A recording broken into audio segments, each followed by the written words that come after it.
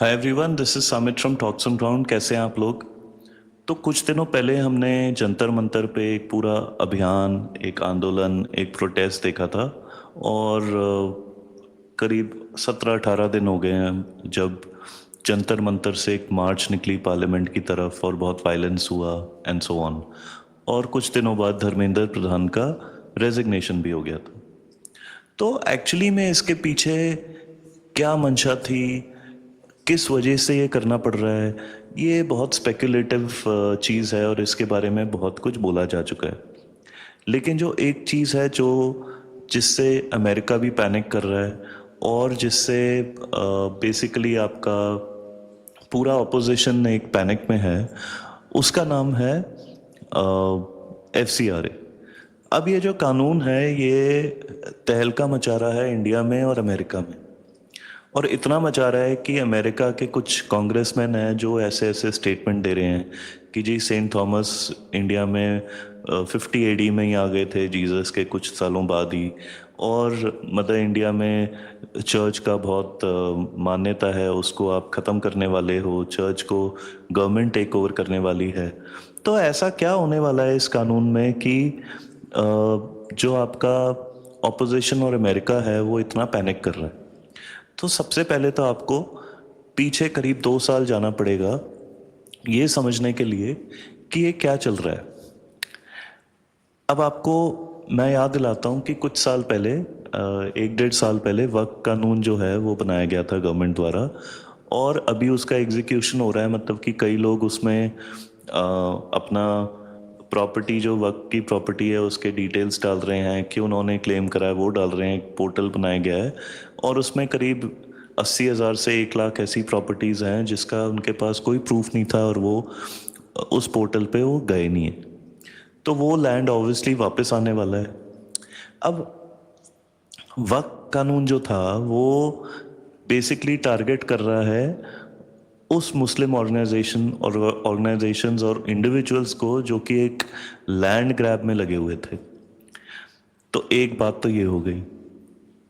दूसरी बात, आपको पता है कि कुछ 2-3 महीने पहले 4 मई को ममता बनर्जी अपना इलेक्शन हार गई। तो वो इलेक्शन हार गई तो जो फंडिंग जाती थी बंगाल से बांग्लादेश में, वहाँ पे एक जिहादी इकोसिस्टम को तैयार करने के लिए जिससे कि वो इंडिया में इन्फिल्ट्रेट करके इंस्टेबिलिटी क्रिएट करते थे, उसका भी काफ़ी हद तक, क्योंकि अब फेंसिंग भी जारी है, उसकी वजह से काफ़ी उस पर एक रोक लग जाएगी। अगर अभी नहीं लगी है तो थोड़े दिनों में लग जाएगी। और आपको पता है असम और त्रिपुरा वैसे ही एनडीए के पास हैं और फेंसिंग हमने बाकी जगह करी हुई है। उसके अलावा एक और चीज़ है जो आप देख रहे हो कि म्यांमार और इंडिया के साथ एक र्यूमर फैला हुआ है कि भाई इंडिया म्यांमार का एक लैंड एक्सचेंज होने वाला है। और लैंड एक्सचेंज ऐसा होगा कि म्यांमार के बॉर्डर पे जो बांग्लादेश म्यांमार बॉर्डर है उसमें इंडिया को कुछ लैंड मिलेगा। अब मुझे नहीं पता उसका एग्जैक्ट कॉन्टूर क्या होगा, बट वहीं पे अमेरिका की स्पेशल फोर्सेस भी जाती हैं। वहीं पे सारा स्मगलिंग रूट्स एंड नैरकोटिक्स के and so on, of course हमारे मणिपुर और मिजोरम वगैरह में भी हैं। मणिपुर से मुझे याद आया कि 3 साल पहले मणिपुर में एक बहुत बड़ा एथनिक स्ट्राइफ हो गया था, कुकी वर्सेस मैतेई। और आपको पता ही है कि नॉर्थ ईस्ट ऑलमोस्ट जितने स्टेट्स हैं उसमें 3-4 स्टेट्स क्रिश्चियन मेजॉरिटी हैं, 90% क्रिश्चियंस हैं वहाँ पे, स्पेशली मिज़ोरम में और कुछ हद तक नागालैंड में भी, और मणिपुर में भी काफ़ी अच्छी बड़ी संख्या है, मेघालय में भी। तो यहाँ पे जो क्रिश्चियंस हैं वो बैप्टिस्ट क्रिश्चियंस हैं मोस्टली। बैप्टिस्ट जो चर्च है वो अमेरिका से है। आपको जान के हैरानी होगी कि पंडित नेहरू ने इन बैप्टिस्ट चर्चेस को, जबकि नॉर्मल सिटीजन ऑफ इंडिया को अलाउड नहीं था कि उन एरियाज में जाएं और रहें और लैंड लें, चर्चेस इन बैप्टिस्ट चर्च को अलाउ करा गया था वहाँ पे। और उसकी मंशा ये थी कि भाई यहाँ पे एक क्रिश्चियन मेजॉरिटी बनाई जाए। अमेरिका का ये बहुत पुराना एक प्रोजेक्ट है, 70-80 साल पुराना, कि इंडिया का कुछ भाग नॉर्थ ईस्ट का, बांग्लादेश का और म्यांमार का मिला के एक कंट्री बनाई जाए जो कि क्रिश्चियन मेजोरिटी होगी, जिसके वेस्ट में इंडिया होगा, नॉर्थ में चाइना होगा और ईस्ट में आपके बाकी साउथ ईस्ट एशियन कंट्रीज होंगे जैसे थाईलैंड, और उसके साउथ में बे ऑफ बंगाल खुल जाएगा। तो ये आपका एक, अगर आपका कंट्री क्रिश्चियन मेजॉरिटी कंट्री बन जाता है जिसका एजम्पशन यही है कि वहाँ पे अमेरिका का होल्ड रहेगा, तो क्या होगा कि वहाँ से अमेरिका अपना सारा जो मिलिट्री बेस सब कुछ वहाँ पे डाल सकता है। और इस वजह से पिछले 50 70 80 साल से पूरे नॉर्थ ईस्ट में इंसर्जेंसी चल रही है। ऑफ कोर्स उसमें आईएसआई और चाइना का भी हाथ है, लेकिन अमेरिका का हाथ कम है ये आप बिल्कुल नहीं बोल सकते, बिकॉज उन्होंने जो फंडिंग करी है वहाँ पे चर्चेस की और वहाँ पे इंस्टेबिलिटी की, वो कम नहीं है। इसमें आप ऐड कर दीजिए नैरको, जो बेसिकली ड्रग ट्रेड है वहाँ पे, ड्रग प्रोडक्शन और उसका डिस्ट्रीब्यूशन, और वो मणिपुर और इन सारे इलाकों से ही इंडिया के अंदर अंदर आता है। पहले वो अफ़गानिस्तान से ज़्यादा आता था, अब वो शिफ्ट हो गया है थोड़ा सा मणिपुर साइड, मतलब मणिपुर के बॉर्डर से उस साइड। अब इंडिया के रिलेशंस म्यांमार के मिलिट्री जुंता से बहुत अच्छे हैं, उनके प्रेसिडेंट अभी इंडिया आए थे।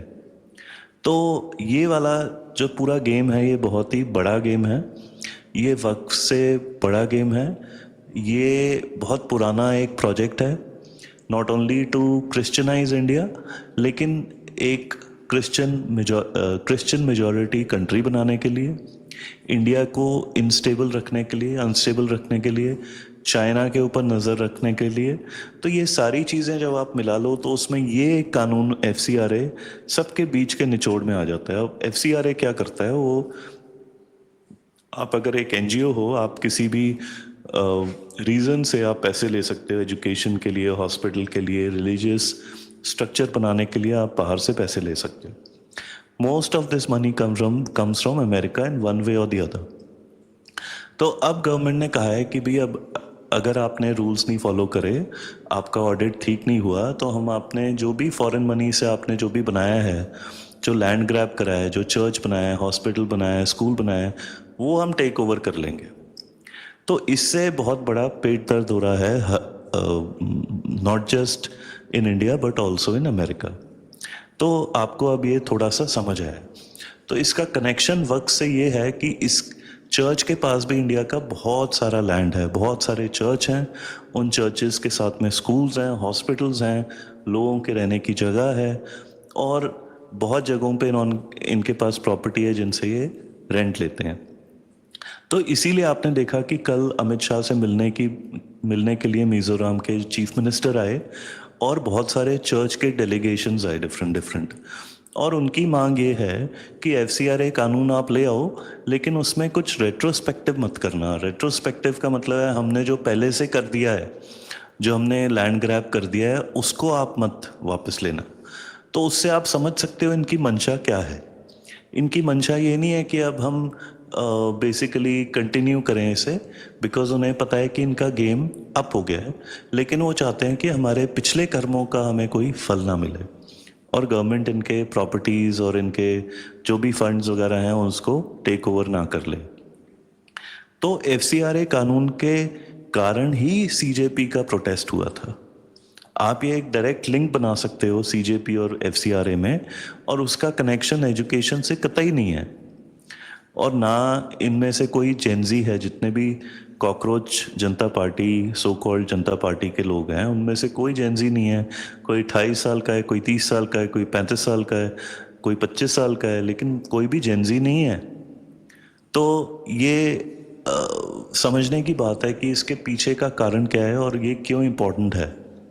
एफसीआरए कानून अगर आ गया तो अमेरिका के पास जो इंडिया में एक प्रोटेस्ट कराने का एक फंडिंग रहता है, रेडी फंडिंग, वो एक ख़त्म हो जाएगा। ख़त्म नहीं तो बहुत कम हो जाएगा। Even in the CJP protest, जो 20 तारीख को आपने सडन एक भीड़ आई और उसने पुलिस को मारा और बैरिकेड तोड़े और डैमेज करा पब्लिक प्रॉपर्टी को, वायलेंस हुई और फिर उसके खिलाफ पुलिस ने एक्शन लिया।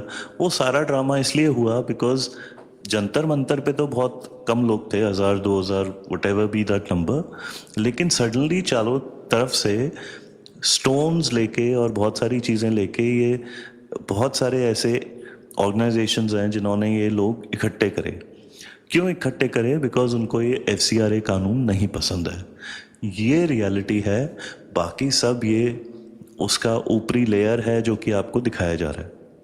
इसलिए आप देखोगे गवर्नमेंट ने क्या क्या स्टेप्स लिए हैं। गवर्नमेंट ने पहले ही धर्मेंद्र प्रधान को रिज़ाइन करा दिया इसको ख़त्म कराने के लिए, और उनका जाना वैसे ही पक्का था बिकॉज उन्होंने वो UGC का जो एक नोटिफिकेशन लेकर आए थे, पूरा बीजेपी का रैंक एंड फाइल उससे परेशान था, प्रोटेस्ट करा उन्होंने, और गवर्नमेंट ने एक स्टे ऑर्डर लेकर आए सुप्रीम कोर्ट से, लेकिन उसको वापस नहीं लिया गया है। तो उससे बहुत लोग परेशान हैं, और उसका शायद एक इलेक्टोरल ब्लो बैक भी आपको बांकीपुर बिहार में दिखा, जो कि बीजेपी प्रेसिडेंट नितिन नबीन की सीट है। और इसीलिए आप देखोगे प्रशांत किशोर ने भी ये नहीं कहा कि ये सीट मैं जीता हूँ, उसने कहा ये सम्राट चौधरी के खिलाफ है, लेकिन एक्चुअली में उसका भी कारण कुछ और ही है। वो वोटर्स 2029 में वापस आ जाएंगे बीजेपी के पास, और ये उनको भी पता है, बीजेपी को भी पता है, इसलिए बीजेपी उससे बहुत ज़्यादा परेशान नहीं है। हाँ, बीजेपी परेशान इसलिए है बिकॉज उसके कई चीफ मिनिस्टर्स अंडर परफॉर्मिंग हैं, और वो सबको पता है वो कौन है, और वो उसमें सम्राट चौधरी का भी नाम बिल्कुल ऊपर है। तो उनको अभी कुछ ही टाइम हुआ है, लेकिन लॉ एंड ऑर्डर पे उनका परफॉर्मेंस अच्छा नहीं है अभी तक। तो वापस आते हुए अगर हम FCRA को देखें कि FCRA में क्या जो अटैक होने वाला है फंडिंग के लिए ऊपर, इसके लिए पहले ही जून में 15 जून के आसपास एक नोटिफिकेशन जारी करा गया था, जिसमें कि आपका जो फॉर्म है to get FCRA and renew it every year, उस फॉर्म में बहुत संशोधन कर दिए गए हैं, और उसको ऐसा बना दिया गया है कि उसमें आपको लिखना पड़ेगा कि हम प्रोसिलिटाइजेशन के लिए पैसे नहीं ले रहे हैं, और आपने अगर 1 रुपया भी उसमें खर्च कर दिया कन्वर्जन के लिए, स्पेशली इलीगल कन्वर्जन के लिए, तो आपका लाइसेंस कैंसिल। तो लाइसेंस तो कैंसिल हो गई, और आपकी प्रॉपर्टी भी जब्त हो गई। और इसी वजह से ये सारे जो हाइपर तौबा मची हुई है वो इसी वजह से मची हुई है। और आप देखोगे कि धीरे धीरे धीरे अगर ये कानून आ जाता है, सपोजिंग ये अगले हफ्ते में पास हो जाता है और ये लॉ बन जाता है, तो काफ़ी हद तक ऑपोजिशन को एक बहुत बड़ा धक्का लग जाएगा, और उनके पास काफ़ी चीज़ें करने का ऑप्शन नहीं बचेगा, बिकॉज वक्फ कानून तो पहले ही आ गया, और इसके ऊपर से आपका SIR चल रहा है, और एक मुहिम चल रही है इलीगल्स को बाहर भेजने की। ये पूरा इकोसिस्टम एक साथ काम करता था, illegal infiltration, illegal conversion, illegal drug trafficking, illegal human trafficking, ये सारी चीज़ें कनेक्टेड हैं, और उन दोनों का कनेक्शन वक्फ और FCRA से है, और SIR से तो है ही। तो अब आप समझ गए कि पॉलिटिक्स में क्या चल रहा है, और क्या असलियत है, और क्या एक प्रोपगेशन और या प्रमोशन या एक स्पिन है। सो आपके क्या थॉट्स हैं? I like to know. Please share your views और कमेंट करिए, और इसमें कुछ ऐड करना है आप ऐड करिए, और इस वीडियो को शेयर करिए अपने फ्रेंड्स एंड फैमिली के साथ। आपको अच्छा लगा तो लाइक करिए, और मेरा चैनल सब्सक्राइब करिए। सब्सक्राइबर बढ़ेंगे तो हमें और इनकरेजमेंट मिलेगा बनाने के लिए, और उससे आपको मैं ऐसे और interesting twist and turns Indian politics, Jio politics के मैं आपके पास लाता रहूँगा। Thank you for watching. This was Samit from talks on ground.